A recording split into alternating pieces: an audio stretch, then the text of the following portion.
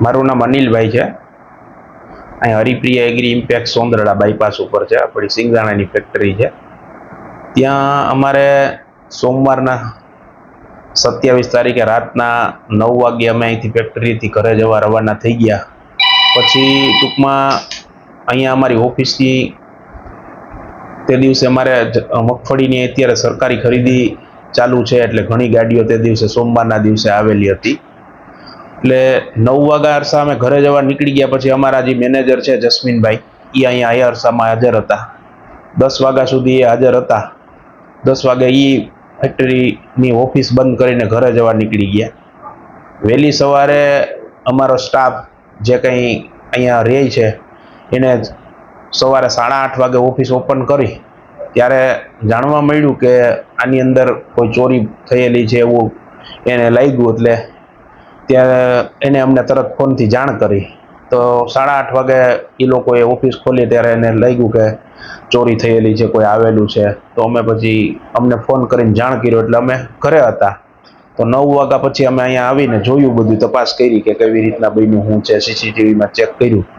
તો ત્યારે આવી રીતના એક કોઈ બિનવારસી જેને માથે મુકટ બાંધેલું હતું મોરા ઉપર, એની ઉપર કે એનો ફેસ કેમેરાની અંદર શો ન થાય એવી રીતના એને બાંધીને જે પ્રયાસ કર્યા છે, અને ઓફિસની અંદર આવી અને જે અમારું મેઇન ઓફિસનું કાઉન્ટર છે એની અંદર કેશ રોકડ રૂપિયા જે અમે ભાડા ચૂકવવા અહીંયા રાખેલા રૂપિયા હતા એ એણે ખાનાનો લોક તોડીને પૈસા કાઢી અને એ ભાઈ ચોરી કરી લે છે। નવી રીતના ઓફિસમાં આવીને ઓફિસનો કેમેરો બી ફેરવી નાખે છે। નવી રીતના બુકાનીધારી છે આવી રીતના ચોરી કરી છે।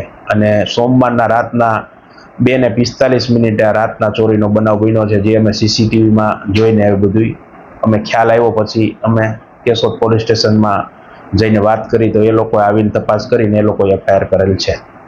કેટલા વ્યક્તિ હતા અને કેટલી રોકડ રકમ હતી? એ વ્યક્તિ તો અંદર એક જ વ્યક્તિ આવે છે, પછી બહાર કઈ વ્યક્તિઓ ઊભી હોય તો અમને જાણ છે નહીં। અંદર એક વ્યક્તિ આવીને ચોરી કરે છે એવું સીસીટીવીમાં આવે છે। રૂપિયા અમારે ટૂંકમાં જે કંઈ ભાડા ચૂકવવાના હતા 1 લાખ રૂપિયા ઉપર રોકડ ભાડાની પડેલી હતી। જ્યાં ચોરીનો બનાવ બન્યો છે એનો વહેલી તકે ઉકેલ લઈ આવીને પોલીસને અને વહેલી તકે આને પકડી અને એનું યોગ્ય રસ્તો અને યોગ્ય સજા કરે એવી મારી માંગ છે। અગાઉ પણ આવી ચોરી બની છે, શું કહેશો?